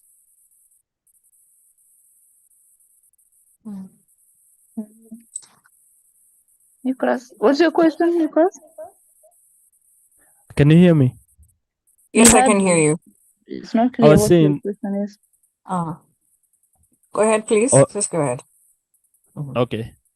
I was saying, are there opportunity for youths in job center that they can be to get into? Like example, like Yali or other organizations. I think you're asking whether people like you with dyslexia and others, whether they can get the opportunity. That's what I asked in Yali. I think she tried to answer. That's what you're asking. Yeah, or more. Another. Or more And, like other organizations. Yeah. I But that's got it why like he was also asking for when it comes to youth with neurodiverse disabilities, whether they can get into employment in even after Yali the and training. all other organizations, whether companies can hire them, And I think this is the push that we have right now to ensure that there's inclusion and purposeful inclusion of persons with neurodiverse disabilities, because we know in most cases many of them have been left behind in the past, but we want to change this narrative to see that as many opportunities as are available, then we push to ensure that they are included and they are accommodated. And then, of course, sharing the opportunities, and then youth can apply, and of course their primary caregivers playing a key role also to ensure that they support them wherever they are, and of course us providing information. And I know UDPK is providing quite a lot of information on whatever is happening within the space, and I know we share quite a lot also in our WhatsApp pages. So when you see those opportunities, you take them up, but we'll also continue to advocate. Even you guys in your own social media pages, you continue to advocate to see that youth with neurodiverse disabilities are being included. You know, those messages that you put out on social media, that you tag other people, you tag the organizations, to see that a lot of inclusion is actually happening, you know, because I know that has been a gap. And I like what Madam Esther has said, organizing, of course, a forum so that we can discuss and see what are the key issues and how do we want to navigate to ensure that persons with neurodiverse disabilities and persons in general with disabilities are included in the yearly program. So thank you very much. Jacinta, unmute yourself. Yeah. Jacinta, could you elaborate on your question, please? I'm seeing Yali, how will persons with dyslexia able to accommodate? Probably just elaborate on your question, please. Unmute yourself and then just elaborate on your question.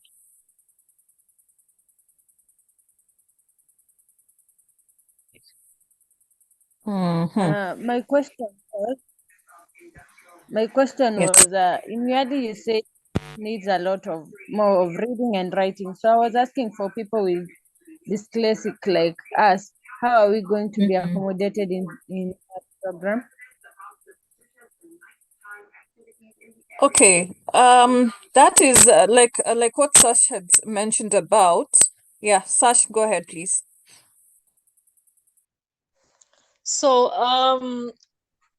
my role is basically being a PWD champion for participants who have entered the YALI program.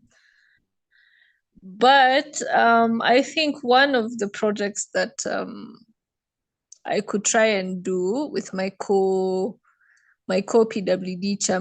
champion is, I think, probably make it more inclusive for when it comes to the criteria.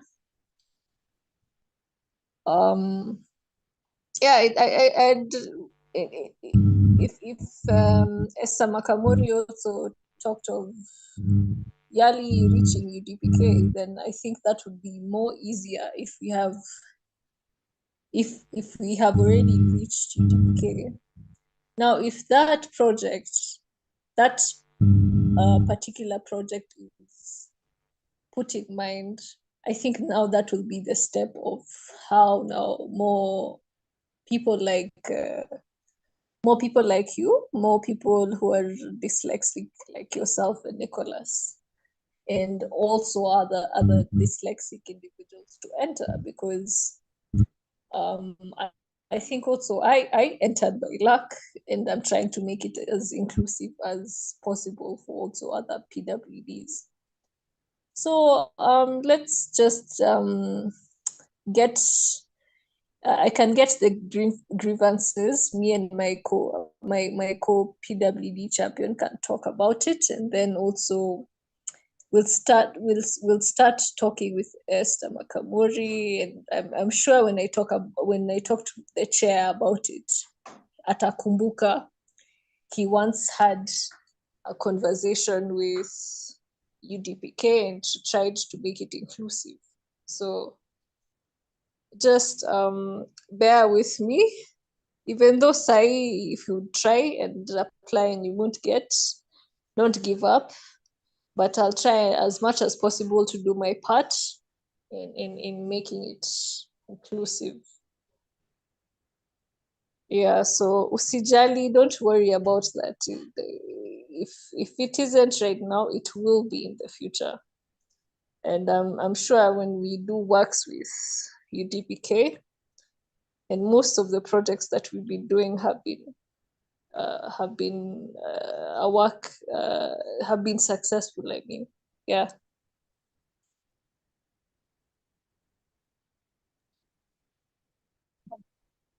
Okay, maybe I can say something. Thank you so much for that information. I think I'm trying to pick from where Nicholas was asking. I think there is, with all the youth, there's so much advocacy going on, there is information, but I feel like the youth themselves sometimes worry whether they are going to, whether what they do will translate into an income.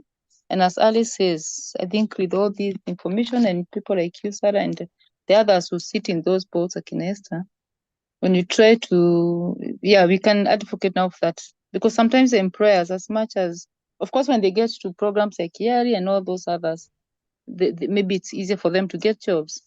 But you realize when they are not into very good programs, translating what they do to an income, it's usually not very easy.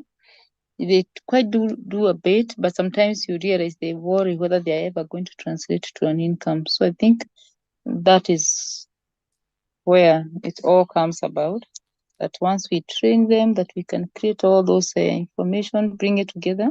Also, you people in this space, you can also try to, maybe in the groups that our youths are, like the one Nicholas is doing, send information how these youths can join the different organizations that deal with the disability.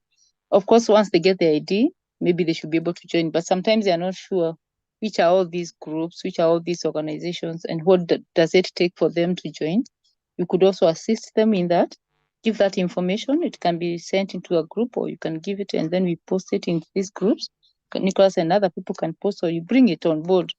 Because as caregivers may not really know what are all these organs. When we were doing that application, you could see which are you a member of all these. Of course, they are members, but maybe they are not registered members because they don't know how to become registered members.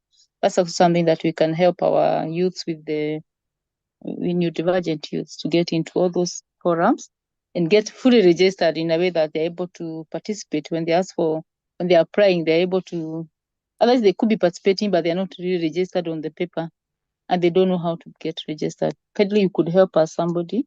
We have So all this thank you, information. thank you so much. I want to comment about that, Morania. I know we've come from very far, and you're a member of DTSK. What happens to the youth? Our youth, especially our youth, we know many of our youth have no income generating activities. So what happens is, even in DTSK, all the youth that we are dealing with, we don't expect that they will pay in DTSK we have a membership fee of about 500 shillings per year, but normally all our youth do not pay, because many of the caregivers are of course paying the 500 shillings to become members of DTSK. So DTSK, of course, you have been with us since it started, and DTSK is an organization that brings together autistic persons and their caregivers. And we are also a member of United Disabled Persons of Kenya. So what happens is you cannot become a member of United Disabled Persons of Kenya, UDPK, as an individual, but you can become a member of the United Disabled Persons of Kenya, UDPK, as an organization of persons with disabilities. So UDPK is open to membership from the organizations, but it's not open to membership from individuals. So what happens is that is where the requirement was that, of course, that young people also try and join organizations of persons with disabilities. You find that many times, many of these organizations that are there are sometimes like domain specific. You can find if a youth has a physical disability, probably there's an organization dealing with physical disabilities, just like the way in our neurodiverse communities, we have organizations that are dealing with youth, with both youth and young people and caregivers with developmental disabilities, specific. So obviously it's important that they also affiliate themselves to specific organizations, because specific organizations now then look for membership from, actually become members of the umbrella body, United Disabled Persons of Kenya, which is the umbrella body. It's like the core of disability. When you're thinking about the unions and employment, we have the core two. It's just the same way we have UDPK when you think about organizations of persons with disabilities, and UDPK is on the forefront in terms of championing for the full participation of persons with disabilities, ensuring that persons with disabilities are included in all spaces and in all spheres of life, whether it's work, whether it's in education, whether it's in healthcare, you know.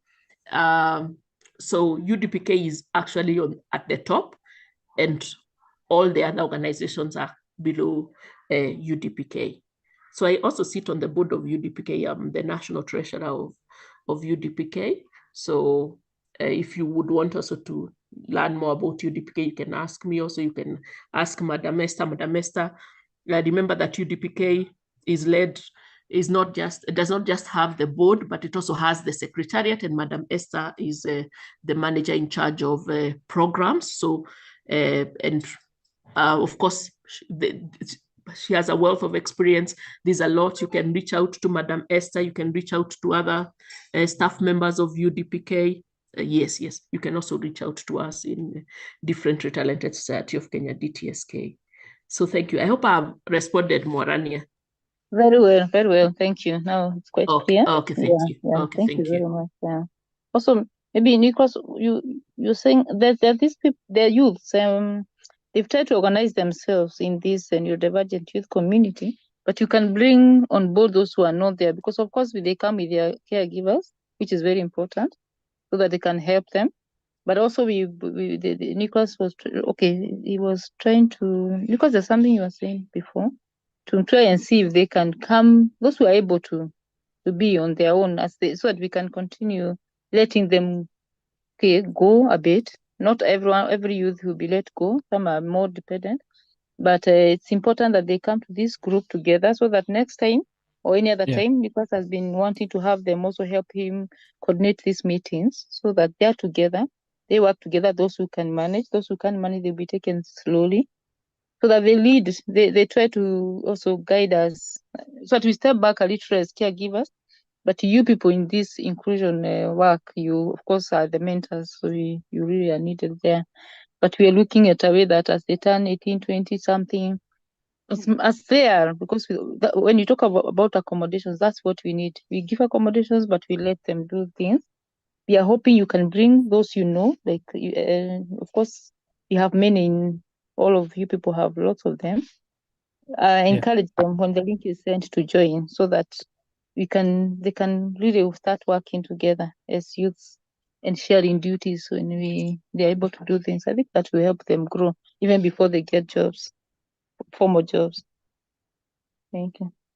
Thank you very much. And I know Karen will tell you from her experience that it's possible. We need to create as many self-advocates as possible. And that's why in many of the instances, we try and ensure that they attend these forums, they get involved. I know such has attended even Nicholas himself has attended has attended a number of forums by UDPK. Like the International Disability Alliance, I know in December we had something on assistive technology. Yes. So we need to see many of these youth participating. And of course, even support is faded out over time, so that we support them. And once they can be able to go ahead and go into programs independently, that is a success story for us. So it's very, very important. And I like the story of Karen and Sach, they have gotten to that level where they can actually be able to self-advocate. And we need as many youth, of course, self-advocating. And where they need mentorship from us, we are here and open to ensure that they get the support that they need. Yes. Thank you so much. Also to add on that, I think what I'm getting is I'd written in the chats, maybe a career fair. Would that be an optional thing for what Nicole, for what you had said, indicated, especially for meaningful employment. Maybe we meet with potential companies that would hire neurodivergent youth to just get something that they can be able to, for them to have an income generating activity. Is that something that you guys would want? Yes. Yes. That is what you prefer? Yeah. Okay. Yeah, Yes, yeah, I think that's it's a what we good prefer. idea. Nicholas, Oh, sorry, you Karen. can, yeah, it's a good idea. But sorry, I wanted to say probably we need to kind of like they think through it, and then we can arrange for another. We can always arrange just for a mentorship, like a mentorship session. We start arranging for mentorship sessions, and then we discuss on a specific issue. If it's like registering an organization, registering a company, AGPO, access to government procurement opportunities. I think we can be identifying a topic, and then we have like a membership, like a mentorship discussion on it. Yes. Yeah. So because I can see just it's already before 9:35. it's going to 10. Actually, Jacinta is asking, how can one register as an organization? I don't know how. Especially if it's neurodivergent youth that advocates for persons who, for dyslexic individuals. That is where that is definitely the question that she's asking about. Actually, that Then, was my second question. yes. So how? To become an organization of persons with disabilities? Yeah, like become Nicholas part has of been it. trying to register his, like he wants to register the youth community, but he wants to register, of course, but With do you have an UDPK? easier way of doing it? Because now he has an idea, and there could be another youth also with an idea, and you could, maybe somebody here might be able to know how to facilitate them so that they are registered, so that they don't lose their identity. brainchild and what they want to do. It's difficult for us. Okay, we are the only people, maybe the caregiver trying, but somebody here might have done it before. Maybe Alice, maybe you. Yeah. So in essence, you'd want the youth, neurodivergent youth, to be part of UDPK, right? So let me see if Esther. Oh, okay, Esther. So I had raised my hand much earlier, but then I can also connect it to this. The first thing I wanted to mention is right now, as Alice said, the whole aspect of youth inclusion, even within the movement, young people having their organization, and especially neurodivergent youth, it is an area that we are really focusing on, and then the whole area around employment as well. So I mentioned about the We Can Work program. We have another program as well called Future Makers. So both of them are yet to kick off. Future Makers probably around April, May. And within that, we do employability skills training. We also organize career fairs, but then that includes all other youth. So those are some of the opportunities that I'm seeing that we can leverage on. Within We Can Work, we have a specific focus around building the agency capacity of young people with disabilities to have, to have their own, to be able to organize, take part within the disability movement, have that voice of young people, and especially young people from the neurodiverse community and other young people from underrepresented groups. And I think that is an opportunity that, as I said, we are just rolling out. We haven't begun those activities yet. So when we do get there, and I know, Karen, we talk a lot. So when we do get to that point, those are opportunities that we'll share. We're even doing some trainings on leadership and advocacy with ADF. So specifically for young people. So young people who are interested, young people like Nicholas, who are interested in leading organizations, leading other young people in advocacy. So training on leadership and advocacy as well, and then further support. And as I said, that program is strong. It's now we are in the second year. So we have another 6 years. So it will be like it's a process to build up, the presence, organizations of young people with disabilities. So those are opportunities that, when we get to rolling out that, we will I will definitely make sure that we are sharing and we have as many young people from the neurodivergent community coming on board for those. And within, especially this We Can Work program, we'll also have, I mentioned the supporting young people, those that want to get into wage employment and those that want to get into entrepreneurship, from startups, especially in areas, we have a specific focus around IT, and then, of course, other areas of entrepreneurship. So creating those opportunities for young people that want to be able to, young people within the disability community that are usually left behind, having them as the fore to access these opportunities for this kind of training. And I promise that when we get to that point of mobilization, just as we've done with the DIF, this is just one aspect of it. There is the other aspect of program participants, and we'll try and make sure that as many young people from the neurodivergent community get to access these opportunities. For registering as an organization, actually within the We Can Work program, we have an aspect around, I've mentioned the leadership trainings, but then also supporting young people who would want to organize and form their own organizations. I won't be able to share here, but I know, Nicholas, I mean, if you have conversations with guys like Kina Alice, on how to go about registering an organization, and then when it comes to those other aspects and how do you, that's the internal capacity, like shaping up the organization. That is part of our role. So you can always reach out. You can always reach out for support and advice on how to go about it. Yeah, and within this program, We Can Work with, it has that specific focus. I'll make sure that we have as much involvement. Thank you so much, Esther.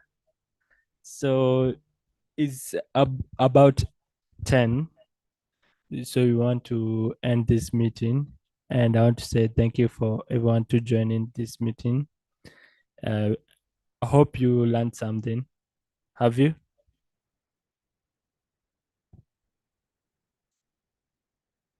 Hello, have you learned something? Yes, we can't all talk. Okay, no problem. So I really, really appreciate.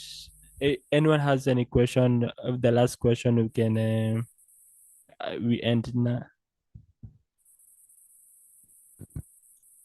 You could also look at the comments on YouTube. Yes. In my side, somebody is saying it's a good to see you come out, focus on advocacy for others, go on the urge and strength of God. Yeah, something like that. So I can ask Sarah to pray for us, and then we end the meeting. Hi, Nicholas. Before Sarah prays, thank you very much for a job well done. You're asking for remarks or maybe any compliment. The entire team have listened through. Congratulations, keep up, and thank you for supporting our youth. And for Nicholas, I'm so proud of you. You've really done a good job. Thank you. Thank you so It's the much first time that I'm watching you there. And for everyone else, Alice, the UDPK, Akina Sarah, Akina Karen, everyone else, God bless you and keep you shining. Thank you. Amen. Thank you so much. So, Sarah, we can unmute and we can pray. Okay, let's all bow our heads and pray. Dear Lord, thank you for having this amazing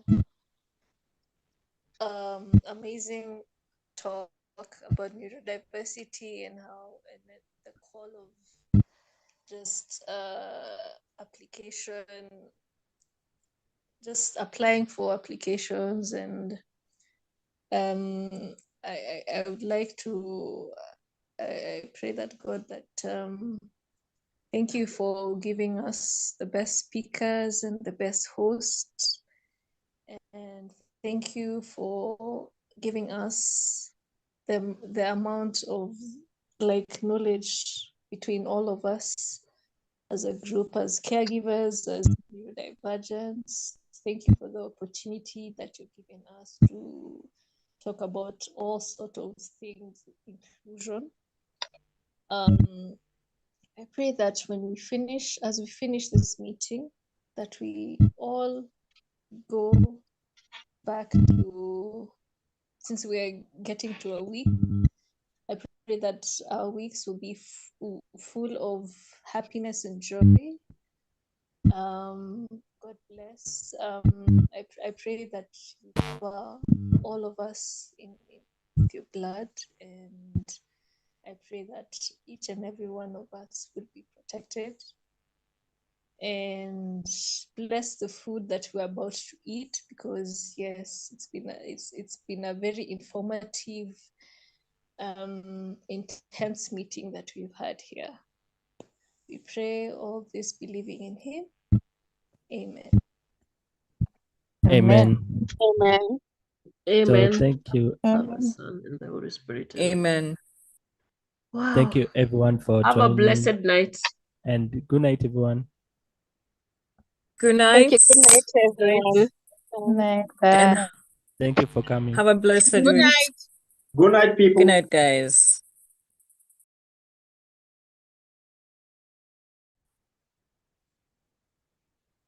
Amen.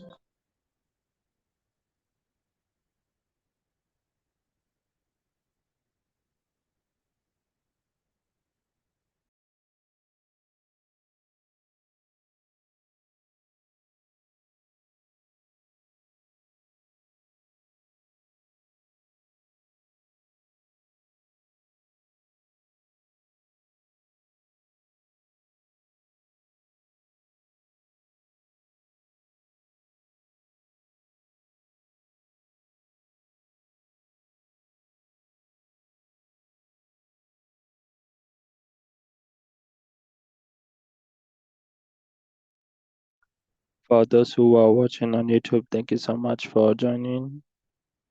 And hope you have learned something new or something important for your youth. Make sure your youth get involved in this new opportunity, new things. And yeah, we'll organize more